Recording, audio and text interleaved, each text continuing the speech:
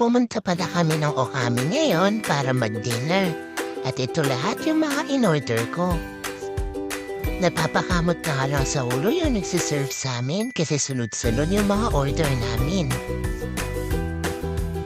Napakaraming pwedeng pagpilian sa menu nila. Meron silang seafood, meron silang chicken, meron din silang finiserve na beef. Napakasarap ng beef nila.